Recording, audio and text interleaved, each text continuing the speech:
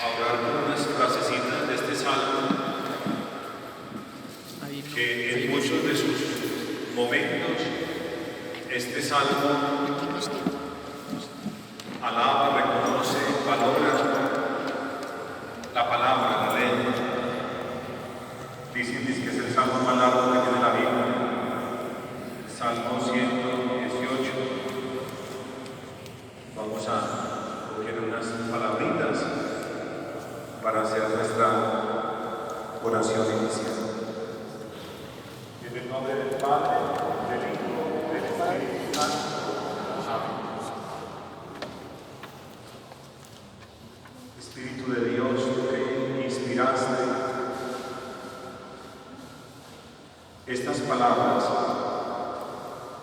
tú que eres nuestro Maestro interior, tú que conoces las profundidades de Dios, tú que has sido enviado para llevarnos al conocimiento de la verdad, te pedimos humildemente que seas tú el que nos permita gustar esta palabra, que seas tú el que nos ayudes a profundizar esta palabra, que seas tú el que nos permitas vivir esta palabra. Dichosos los que van por un camino perfecto, dichosos los que guardan tus dictámenes. Tú tus ordenanzas promulgaste para que sean guardadas cabalmente. Ojalá mis caminos se aseguren para observar tus preceptos. Como el joven guardará puro su camino, observando tu palabra.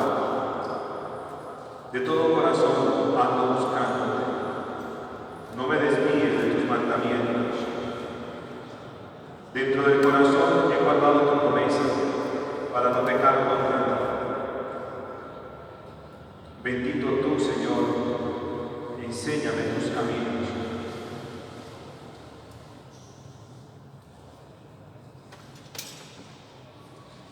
Reconocemos, Señor, que tu palabra infunde vida, que tu palabra es vida, que tu palabra es luz. Enséñanos, Señor, tus caminos. Mantén mi corazón entero en el temor de tu nombre. Gloria al Padre, al Hijo y al Espíritu Santo. En el nombre del Padre, del Hijo y del Espíritu Santo. Amén.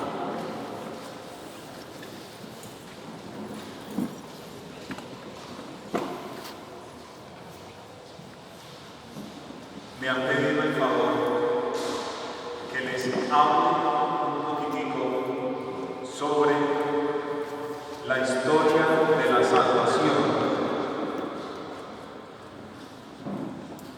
Y quiero unir en estas pequeñas palabras, quiero unir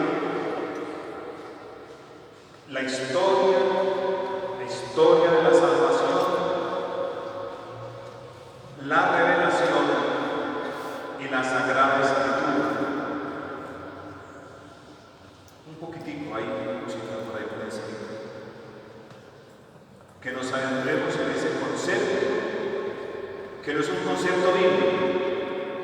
En ninguna parte de la Biblia se habla de historia de la salvación. No es un concepto bíblico. Pero sí, mediante la Escritura, nos acercamos a esa verdad del Dios que se revela en la historia.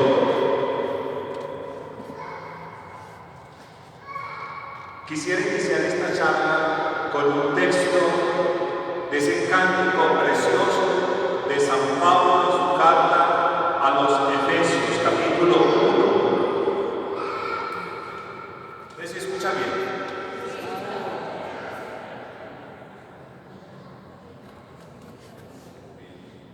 Efesios capítulo 1.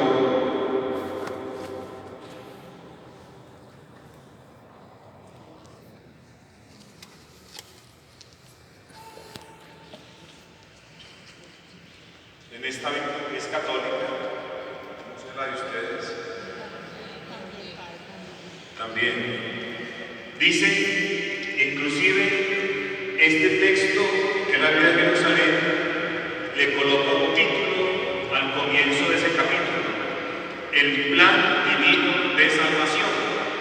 Ya le coloco un título. Esos títulos no son bíblicos, sino que el que escribe, le hace la edición de la Biblia, pues le coloca ese título, ¿cierto? Pero ya ese título lo subimos un poquitito: el plan divino de la salvación. Dice este canto: bendito sea el Dios y Padre de nuestro Señor Jesucristo, que nos ha bendecido con toda clase de bendiciones espirituales en los cielos en Cristo, por cuanto nos ha elegido en Él antes de la fundación del mundo, para ser santos e inmaculados en su presencia en el amor, eligiéndonos de antemano para ser sus hijos adoptivos por medio de Jesucristo, según el beneplácito de su voluntad, para alabanza de la gloria de su gracia, con la que nos agració en el amado. En Él tenemos por medio de su sangre la redención, el perdón de los delitos, según la riqueza de su gracia, que ha prodigado sobre nosotros en toda sabiduría e inteligencia, dándonos a conocer el misterio de su voluntad, según el benévolo designio que en Él se propuso de antemano, para realizar la plenitud de los tiempos, hacer que todo tenga en Cristo, lo tenga como cabeza. Palabra de Dios. Seguramente no entendieron nada, ¿cierto? Yo tampoco. Pero vamos a ahorita, ¿por qué quise iniciar con ese texto? No solo porque dice plan divino de la salvación, sino porque San Pablo dice ahí, y ahorita lo vamos a tocar, cómo Dios va realizando su plan, su voluntad, poco a poco en el tiempo y en la historia. Y ese plan llega a su máximo esplendor en la persona de Cristo Jesús el Señor, cuya obra creadora ha sido puesta bajo sus pies.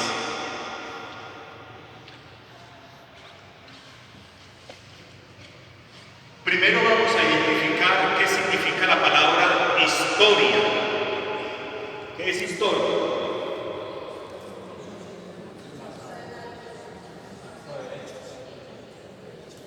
Relato de hechos. Pero hay una cosa particular en los hechos: son hechos trascendentales e importantes. No es todo lo que sucedió. La historia recoge hechos importantes y trascendentales para la historia. Sucesos, hechos, pero bueno, resaltemos, no todo. Lo más importante, y todo es tan importante, ¿qué califica lo importante? Que haya sido un hecho que haya marcado positiva o negativamente a una población o a una persona. Porque todos los días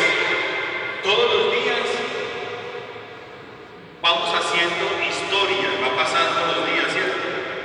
Pero hay cosas intrascendentes, de poca relevancia en la vida. ¿Usted de qué se acuerda en la vida? De las cosas importantes que le han pasado. Usted puede decir, no, todo es importante, no todo es tan importante, ¿cierto?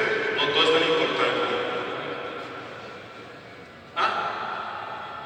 Las cosas negativas sí son historia, porque marcan a una persona, a una sociedad, entre Osusa, un hecho negativísimo, la división que existía en el pueblo. Eso marcó la historia de este pueblo. Pero hubo otras cosas que sucedían a diario, pero eso no se recuerda. Hace historia, hechos importantes y trascendentales. Ya tenemos como ese concepto de historia sencillita. Son acontecimientos, hechos pasados, pero que tienen una fuerza positiva o negativa en una persona o en una sociedad. Segundo, historia, salvación. ¿Qué es salvación? Salvación hace mención a una acción liberadora. La salvación es una acción liberadora. Me salvé, se libró. Como que salvación tiene que ver directamente con liberación, con sacarme de una situación complicada y pasarme a una situación más interesante. ¿Cierto? Me salvé de que me cogiera el bus. Utilicé la palabra salvación. Me libré que el bus me cogiera.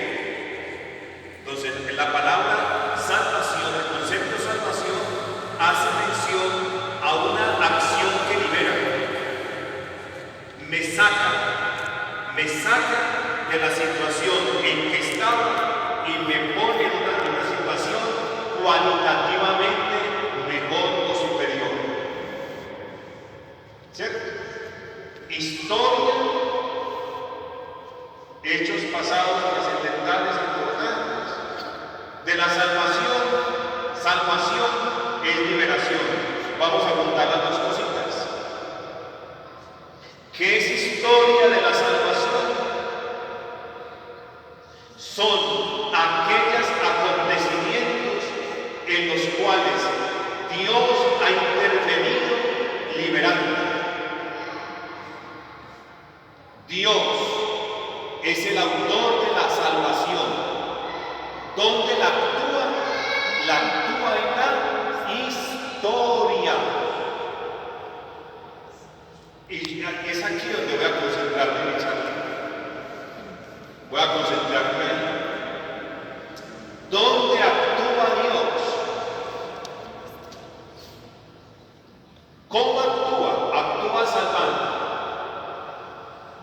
Todo lo que hace Dios es salvar. Es lo único que sabe. Por ahí hay un autor que tiene un libro que se llama Los defectos de Dios. Sí, los defectos de Dios, que es Francisco Javier Mantua. Los defectos de Dios. Uno que dice, oye, Dios tiene defectos. Él los trabaja de esa manera. Dios no tiene memoria. Por ejemplo, Dios no tiene memoria. Se olvida de nuestros pecados. No tiene memoria. No sabe matemáticas.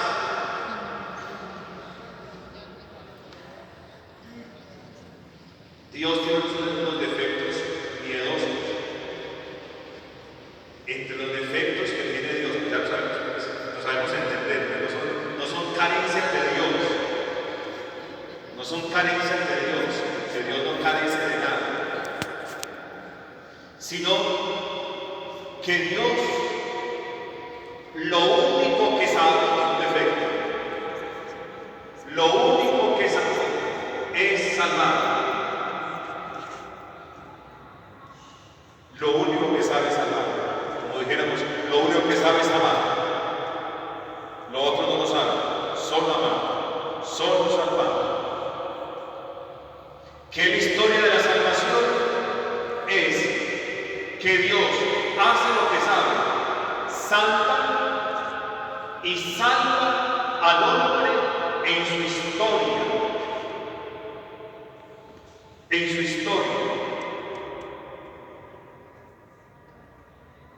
El gran escenario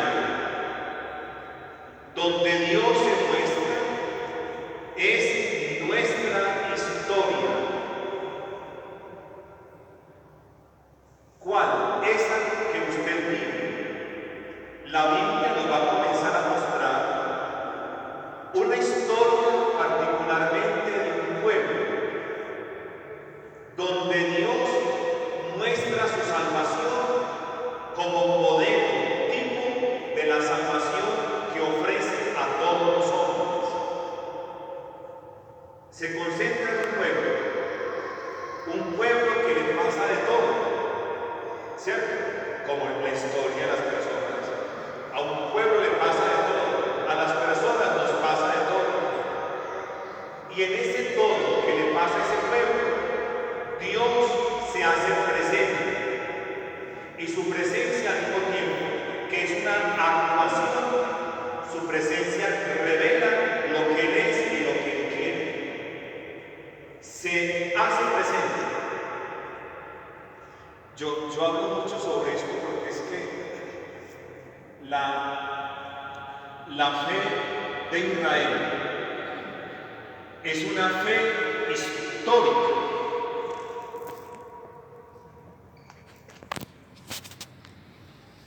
Para muchos, para encontrarnos con Dios, tenemos que venir al Santísimo. Si no hay Santísimo, no encuentro con Dios.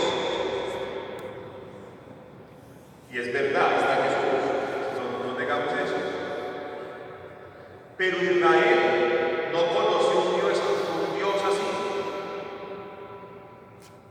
Aunque el templo era el lugar de la presencia, el mejor lugar donde Israel se encontró con Dios fue fuera del templo, fue en la calle, fue en su historia, fue en su vida.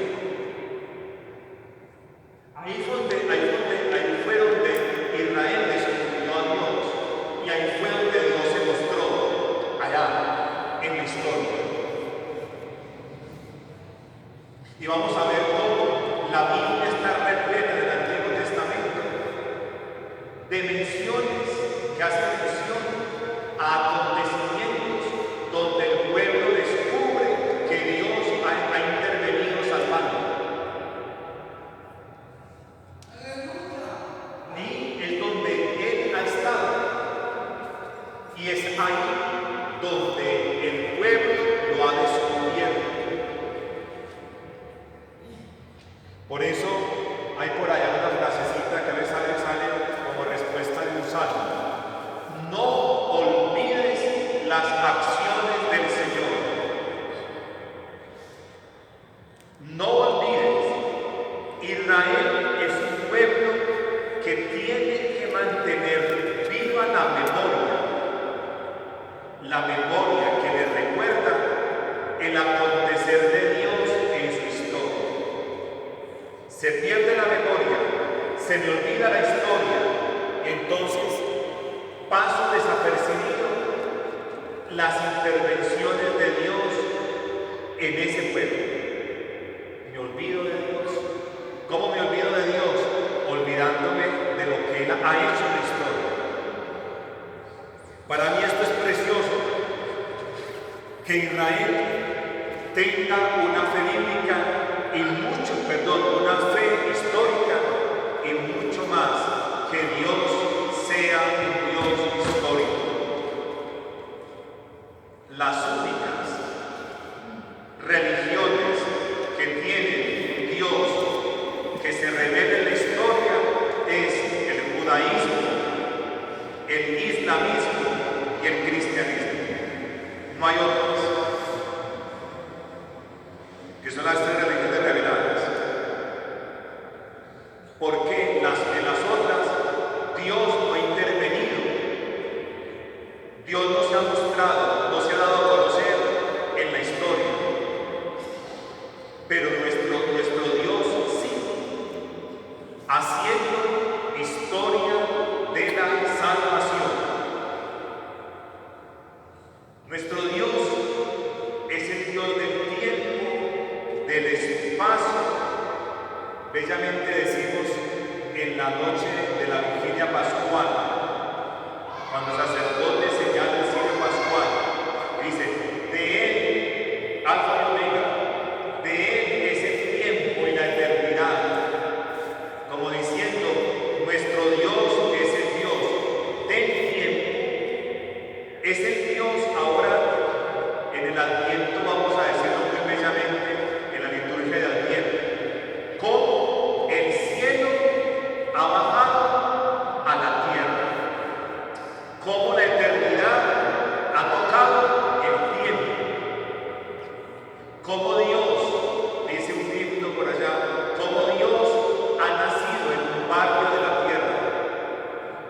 en un barrio, como diciendo, miren, cómo Dios ha estado tan pendiente.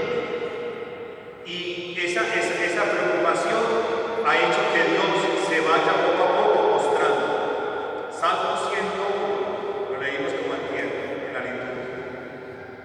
Desde el cielo, Dios se ha fijado en la tierra para sacar, veamos que es una expresión bellísima, que Dios del cielo ha fijado su atención en la tierra, y esa atención del cielo a la tierra es lo que decimos en la historia de la salvación. Dios fijándose en la tierra, Dios obrando en este mundo, Dios no obrando de Texas para arriba, sino Dios obrando de Texas para abajo. ¿Y qué es Texas para abajo? En lo que nos pasa. En lo que nos pasa. Yo preparando esta semana esta charlita, yo sinceramente, yo la preparé como medio espiritualmente. Y yo decía, Señor, que mi vida sea la tierra donde tú obres tu salvación. Porque así es la idea. Que mi historia, esta que yo tengo ya aquí, sea el terreno donde la acción salvadora de Dios se haga presente. Y que yo en este momento de mi vida experimente historia de salvación. En cuanto que en mi historia Dios interviene. ¿Para qué? Para salvarme. ¿De qué? De la experiencia que tengo en este momento de vida. ¿Cierto? Eso es interesante. ¿Está usted? 101. ¿Esta Biblia es católica o no?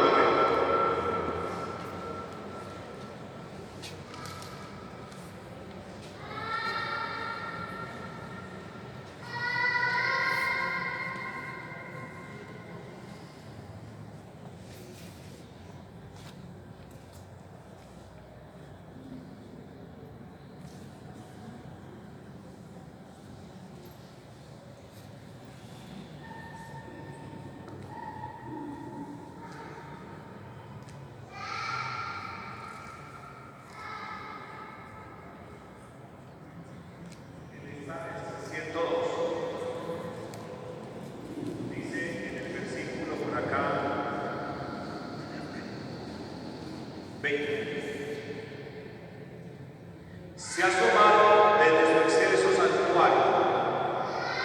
Mire cómo pinta, como que por allá abrió un huequito. Pero ese huequito que se abrió, la liturgia de Adviento, y chorreó. Los cielos se abrieron y el Salvador. Es la liturgia, este es el Antiguo Testamento.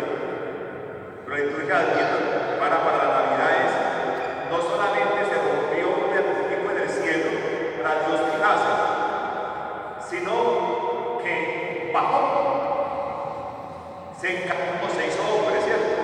Y tocó esta historia, este barco, y dice, versículo 20, se ha asomado desde su excelso santuario, desde el cielo el Señor ha mirado la tierra para escuchar los lamentos de los cautivos y librar a los condenados a muerte. ¿Para qué? Para obrar salvación. Para obrar salvación. La acción de Dios es una acción que mira esta historia y la mira para hacer salvación. No para otra cosa, para hacer salvación.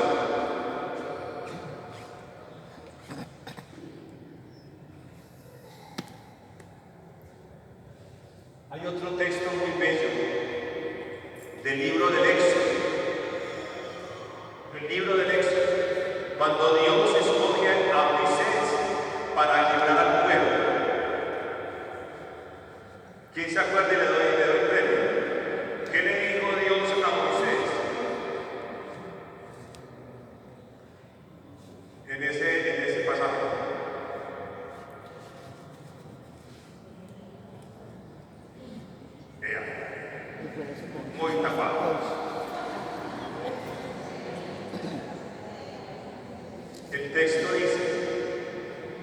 Para leerlo, pues yo lo leo.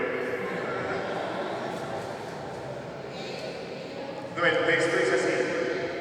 Dice, mire, no narra nada de lo que pasaba con el pueblo de Israel, no narra nada. Por allá termina pues la historia de José, con que los israelitas, los descendientes de José, los dejan esclavos en Egipto. Como ahí termina la historia.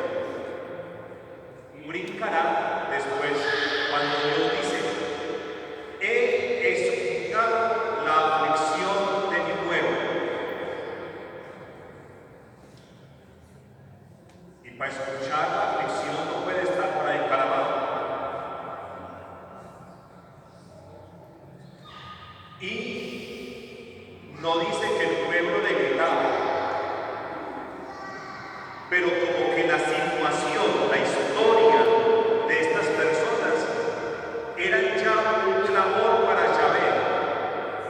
Y Yahvé escuché la aflicción de mi pueblo y he decidido bajar aquí a liberarlo.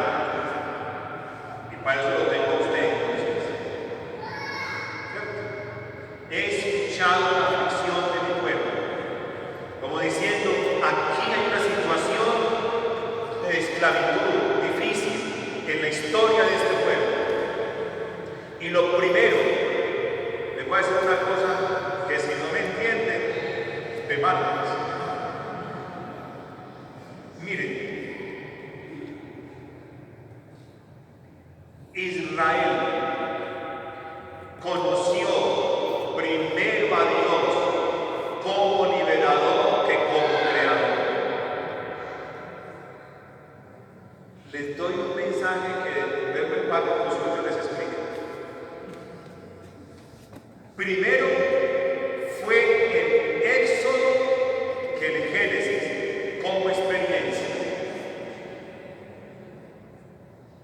¿Por qué? Porque el pueblo primero descubrió que Dios liberaba. Después hizo una reflexión que Dios creaba. Pero primero descubrió que Dios liberaba. Porque tuvieron experiencia de liberación, comenzando por Egipto. Que Dios era un Dios tan metido con ellos, que no había un acontecimiento en ellos en el cual Dios no interviniera. Para Israel todo es fruto de la intervención de Dios en su historia. Habrá momentos mucho más grandototes que hacen historia de la salvación, pero todos los días es una experiencia de Dios en la historia de ese pueblo. Todos los días. Allí Dios obrando desde las cosas más insignificantes. Ustedes ya con este dato pueden comprender que en el Antiguo Testamento dice: y Dios hizo que pasáramos a cuchillo 50,000. Como que Dios es el que obró eso. Porque para ellos esa acción de haber salido de las manos de los enemigos, ellos dicen: aquí el protagonismo lo ha tenido Dios. Nosotros no fuimos los que pasamos a cuchillo a 50,000. Fue Dios el que nos colaboró. ¿Por qué? Porque en esta situación angustiante Dios se nos hizo presente. Dios ha entrado en nuestra historia. Ha entrado. Y todavía estamos en el Antiguo Testamento. Israel no comprendió la trascendencia que tiene la encarnación, de que ya no era el Dios que miraba desde el cielo, sino el Dios que se hizo tierra, que se hizo carne, que se hizo historia con los hombres. Mucho más trascendental este acontecimiento.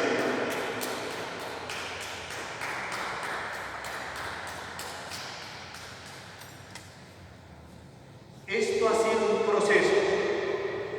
Les voy a dar un concepto que lo leímos aquí en la carta de San Pablo a los Efesios. San Pablo en la carta a los Efesios, dándonos a conocer el misterio de su voluntad, esa expresión, dándonos a conocer el misterio de su voluntad. ¿Qué es eso? Que Dios poco a poco va, en la medida en que habla y obra, va mostrando quién es Él y va mostrando cuál es su plan. Porque los acontecimientos de Dios no están hechos al azar, sino que hay un plan divino. Hay un plan divino. Esta historia no camina como tirando los dados a ver qué sale. Esta historia camina porque Dios tiene un plan, y ese plan Él poco a poco lo va mostrando. Eso se llama la economía de la salvación, ese concepto. La economía de la salvación es que Dios poco a poco, ¿por qué lo llamarán economía?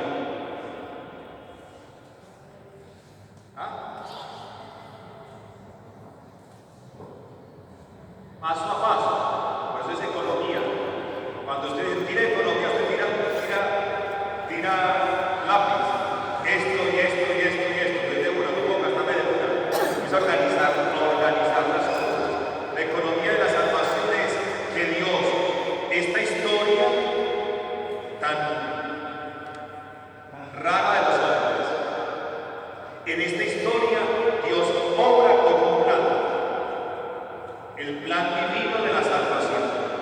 Dios sabe para dónde va esto. Dios sabe para dónde va esto. Y puede que haya muchos torcidos en el camino, pero Dios sabe para dónde va. Dios no lleva esto al azar, ni esta historia camina de la nada a la nada, camina por donde Dios quiere que camine, porque Dios tiene su plan. Por eso podríamos decir, el Dios del Génesis es muy distinto del Dios del Apocalipsis. ¿Por qué? Siendo el mismo. ¿Por qué? Porque yo coloco este ejemplo. Es muy distinta el sol a la 1 de la mañana que a las 12 del día. Comienza a salir y comienza a salir. Llega a su esplendor a las 12 del día, pero no es lo mismo el sol al comienzo, al amanecer, que en pleno furor a las 12 del día. Dios es el Dios mismo, pero es muy distinto cómo se va mostrando en el Génesis, luego profetas, luego, que digamos, los evangelios, la iglesia, Hechos de los Apóstoles, Apocalipsis. Porque es el Dios que poco a poco se va mostrando, se va revelando, va obrando, y en su obrar manifiesta quién es Él, y en su obrar manifiesta cuál es su plan de salvación para nosotros. Economía, paso a paso, paso a paso. Si yo hablo muy rápido, me para. Y si esto está muy demorado y no termine ya esto. Miren, yo me apunto. De lo que estoy tratando. Bueno.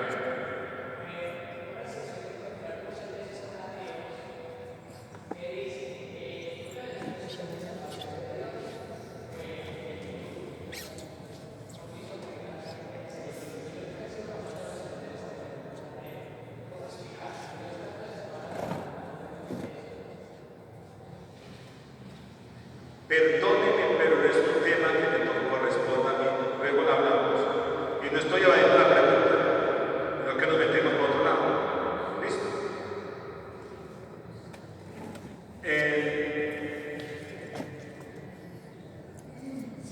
Este concepto lo aprendí yo de un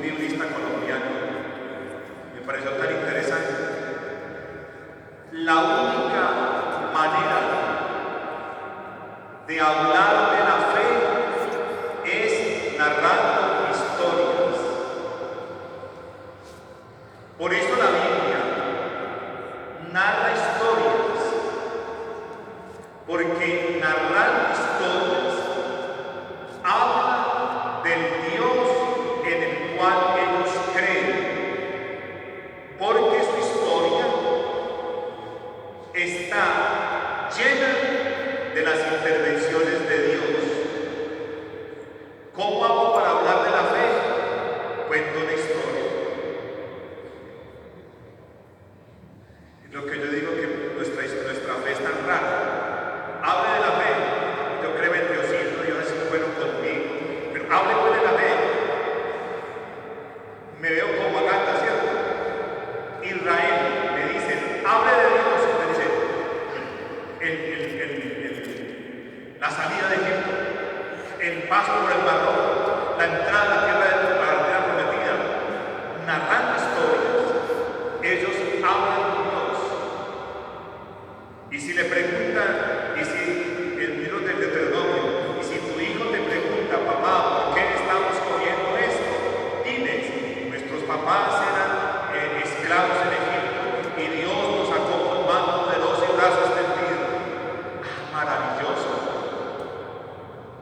Y la forma como habla la Biblia de la fe es narrando historias. Y la forma como la Biblia, los creyentes de la Biblia celebran la fe es celebrando historias. Entonces, ¿qué era Pascua? Pascua es celebrar un acontecimiento trascendental. Celebran la fe en la fiesta. Anuncian la fe narrando historias. Transmiten la fe a sus hijos narrando historias. Oran la fe. Yo en esto insisto mucho, que nuestra oración no es histórica. Nuestra oración es moral. Si usted va a la Biblia, las oraciones bíblicas son históricas. Los salmos son acontecimientos que una persona o un grupo humano vivió y ese acontecimiento se convirtió en oración. Por allá, por ejemplo, dice la oración es que enfermo que se libró. Y dice, sacaste mi vida de la fosa. Es que estaba en una fosa, un acontecimiento y Dios lo sacó y se convierte en una oración. Si yo les digo a ustedes, vamos a alabar al Señor, ustedes llegan y dicen, Padre de Dios, te alabo y te bendigo y te doy gracias por el sol, por la luna, por la estrella. Oye, y hasta nos aplauden por eso. Oye, mi Diosito, que así nos enseñaron unas bobadas en la oración. Mi Diosito, hay que darle gracias por todo. Señor, se acabó de morir mi mamá. Te doy gracias. Gracias. Usted haga por eso. Si fuera un israelita, dijera, Señor, en la gran amargura que siento al experimentar la muerte de mi mamá, te suplico, te aclamo, te pido, ¿por qué te la llevaste? Te reclamó.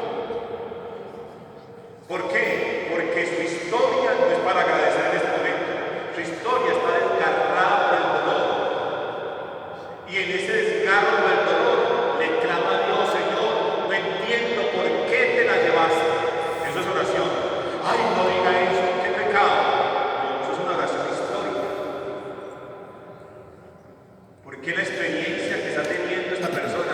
Me llama la atención que en la Biblia hay un libro que se llama Libro de las Lamentaciones. Y usted lo abre y es un lamento por lamento. Eso vea, escurre las lágrimas.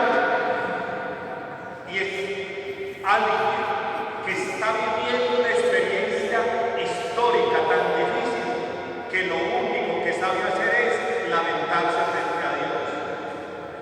No hay por ahí una acción de gracias, sino todo el lamento, reclamo. ¿Por qué? Porque esa es mi historia, estoy viviendo esa experiencia. Por eso la oración tiene que ser histórica.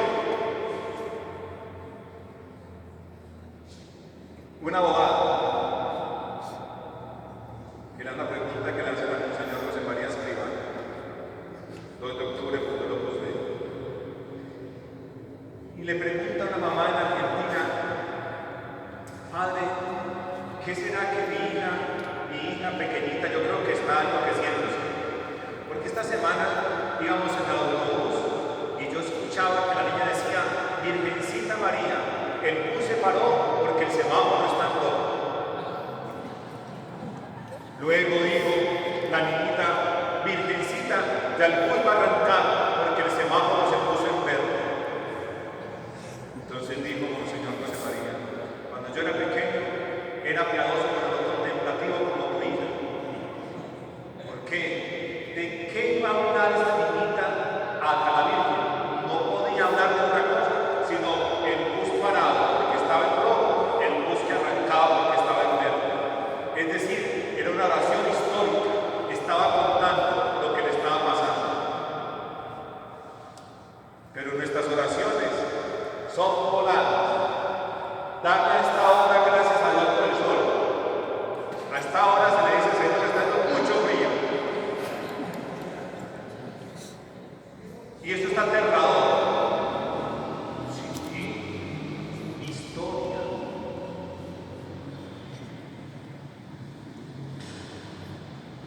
Yo contaba esto escandalosamente. No se van a escandalizar. Una amiga mía con un cáncer miedoso, me contó esta historia, con un cáncer miedoso. Fui yo a celebrar la misa en un mundo residencial, pero ella no bajó porque es un estado miedoso. Terminé la misa, entonces le pedí por favor al esposo que se me dejaba subir a saludarla. Y me dijo: sí, padre, Norma Zapata de Viterbo. Entonces subí, entré al cuarto y ella me saludó y comenzó a desesperarse. No digo la palabra aquí porque no. Pero Norma mentaba a la madre a gritos. ¡Ah, Dios! Me pareció espectacular esa oración. Me pareció preciosa, no por la mentada de madre, sino lo que significaba para esa mujer, el dolor tan grandotote que la manera como expresaba su dolor era mentando una madre durísima.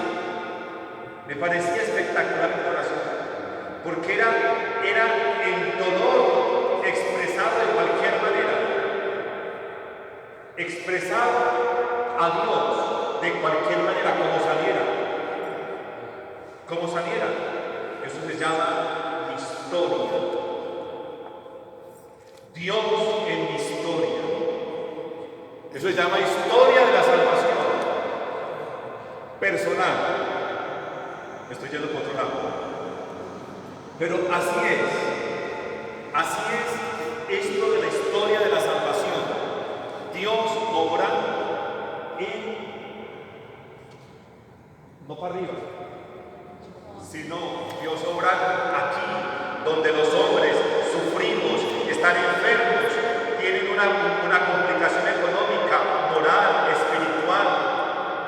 En esta historia tan real, de carne y hueso, es donde Dios acontece, es donde Dios obra, es donde Dios salva.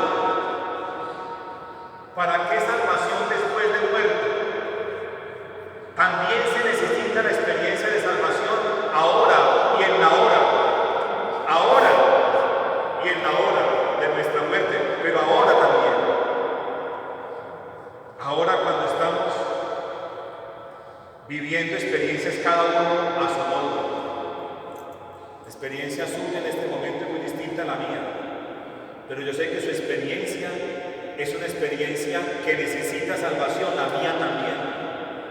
Y qué bueno que en la suya descubra a Dios y que en la mía yo lo descubra. ¿Cómo? Como Él se manifiesta, pero que lo descubra. Eso es la belleza de la experiencia de historia de la salvación. No me alcanza la hora. ¿Qué razón? ¿Hasta qué hora es eso? Bueno, ya casi va. La intención mía no era decir todo, pero cualquier poeta que diga. La historia de Dios. Voy a colocar este ejemplo. Ustedes conocen lo que es un paralelo, líneas paralelas. Profesora, venga acá. Usted no sabe de esto, es de química, pero venga. Háganme un dibujo y explíquenme qué es líneas paralelas. Háganme un dibujo aquí imaginario. Pues es muy difícil porque puede, bueno, sería una frente de otra, pero como tiene al infinito es muy complicado explicarlo. No se juntan. Si fuera un estudiante a la explicación me dijera, explíquese, pero como la maestra, ¿sí o no? Oiga, muy bien. Todos los profesores son así con los alumnos. Miren, entonces dijo la profesora, echen la imaginación aquí una línea que parte con una línea y aquí otra línea. Se ven, pero no se juntan. Así no es Dios y la historia. Nunca se juntan. Dios no va por este lado y esta historia va por este lado, sino yo voy por este lado y Dios ahí junto a mí. Eso en física se llama tangencial. Tangencial, cuando aprendan algo para que no digo nada. Tangencial es que Dios está al bordito de la historia, no la está cambiando, que es lo más tremendo como entender. Dios no cambia la historia, se hace presente en ella salvando. Generalmente nosotros que pedimos que Dios me cambie la historia. Señor, cambia esta historia mía. No, es que la historia no puede cambiar. En la historia. Lo único que puedo hacer es hacerme presente. ¿Cierto? La historia no la colocaron, usted va a colocar yo. La historia de que yo tengo un cáncer terminal, esa historia Dios no la puede cambiar. Me dio, ¿qué vamos a hacer? Dios va a estar ahí de muchas maneras.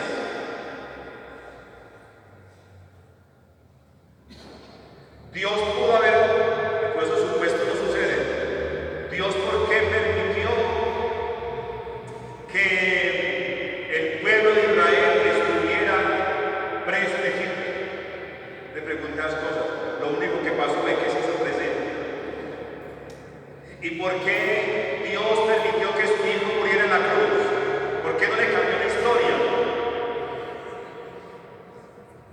La historia era así. La historia era así. Pero Dios intervino, resucitando. ¿Cierto? No pidamos que la historia cambie. No pidamos que la vida cambie. La vida es vida. La historia es historia. Simplemente que Dios haga su salvación en esta historia, en esta vida, así como me tocó vivirla.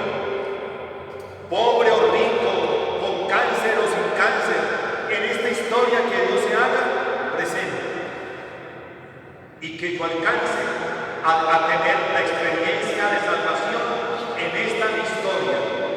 Es lo interesante, ¿cierto? Como gritando mucho.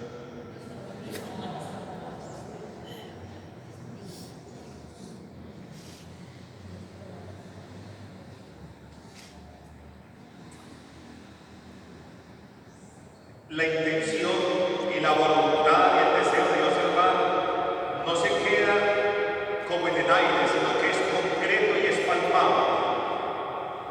Es una intención eficaz que lanza la acción.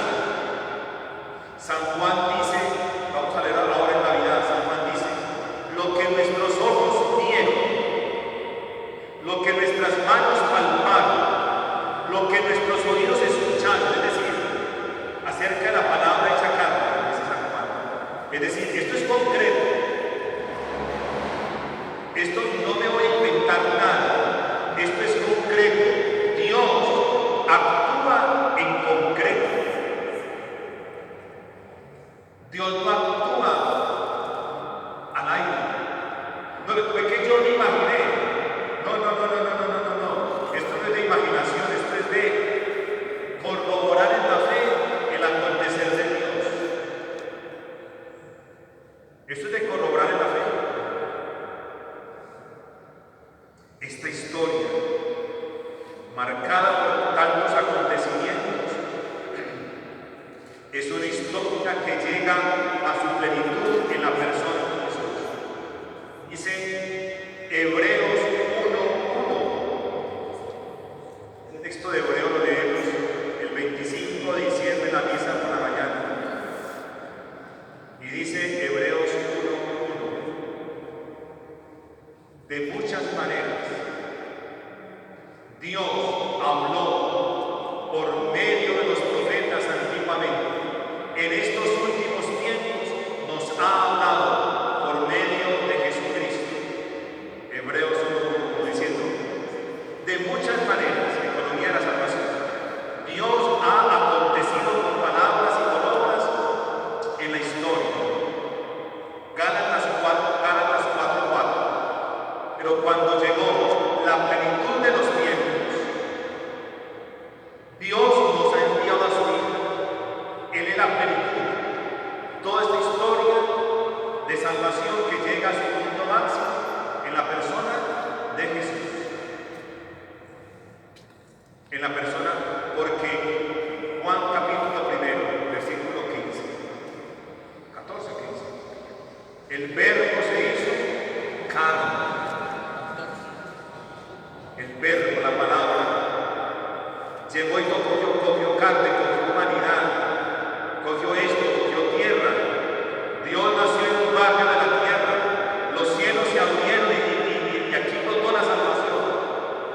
En esta historia, Dios aconteciendo completamente en la persona de su Hijo Jesucristo.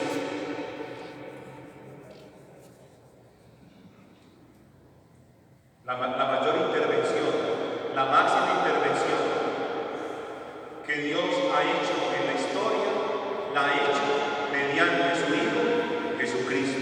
Es la mayor intervención. No podía meterse más.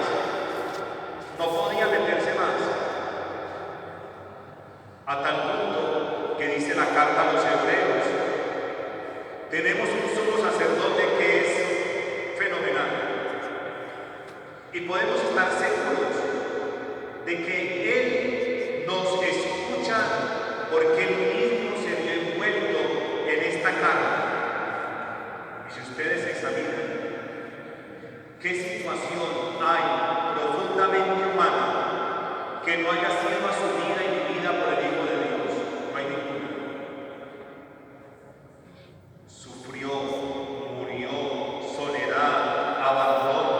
A ver, ¿cuál de esas que usted y yo vivimos no las pasó Jesús? Menos el pecado. Todas. Tenemos un Dios tan metido en esta historia que se hizo carne.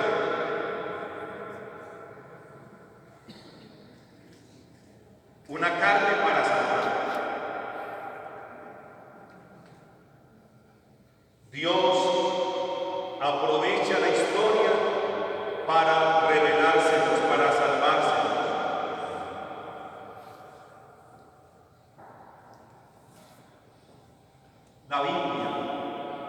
La Biblia recoge esa historia, esos acontecimientos grandotes, ¿cierto? Pero la Biblia no agota la obra de Dios en la historia, no la agota.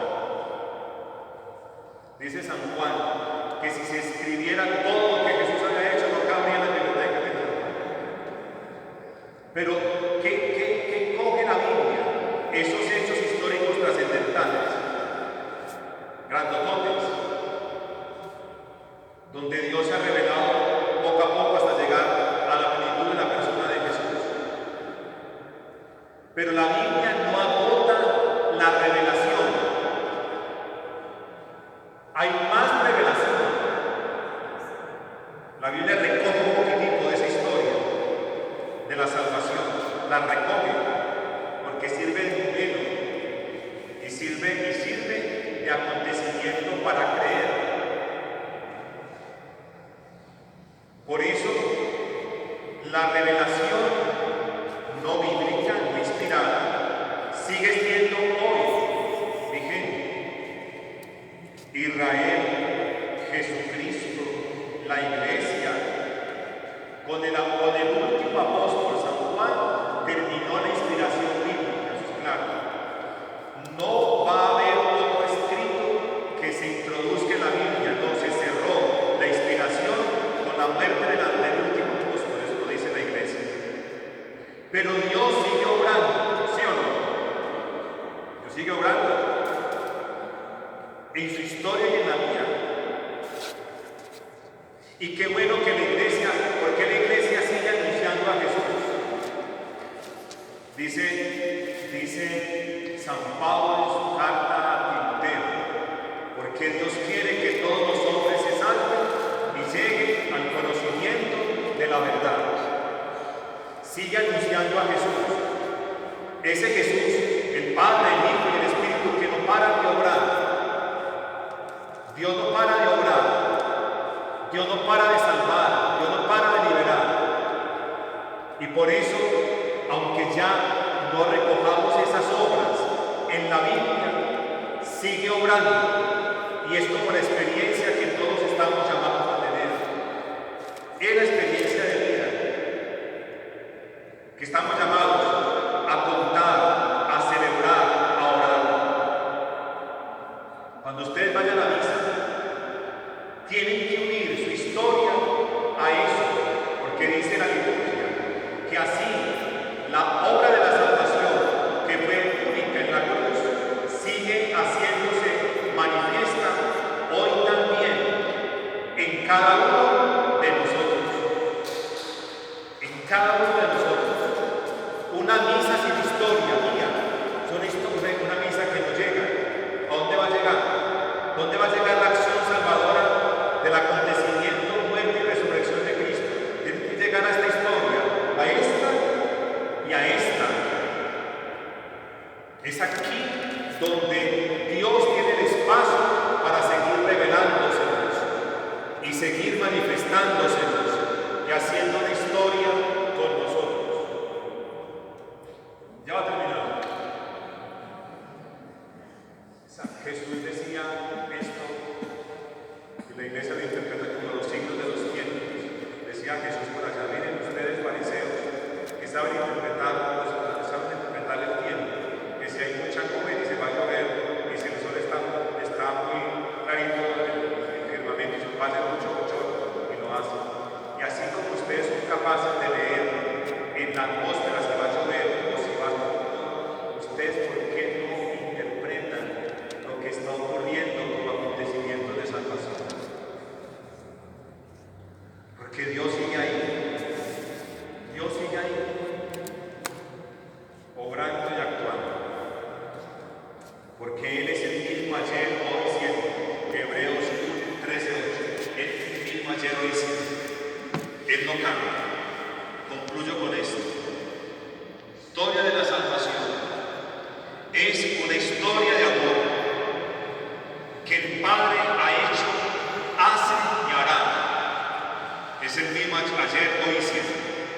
Es una historia de amor. Qué bueno que nosotros tuviéramos experiencias históricas del amor de Dios, no inventadas, sino reales y concretas, no imaginarias, sino palpables. La historia de un Dios magnífico que Dios quiere hacer, que hizo, que hace, que hará para la humanidad, para el cosmos. Ya San Pablo dice que este cosmos está ansioso para tener una experiencia salvífica, porque el acontecimiento de Dios no solamente afecta a las personas, sino al cosmos entero, dice San Pablo. La creación entera, con dolores de parto, está gimiendo y esperando la manifestación gloriosa de Jesucristo, como esperando ansioso este mundo que aparezca la salvación definitiva.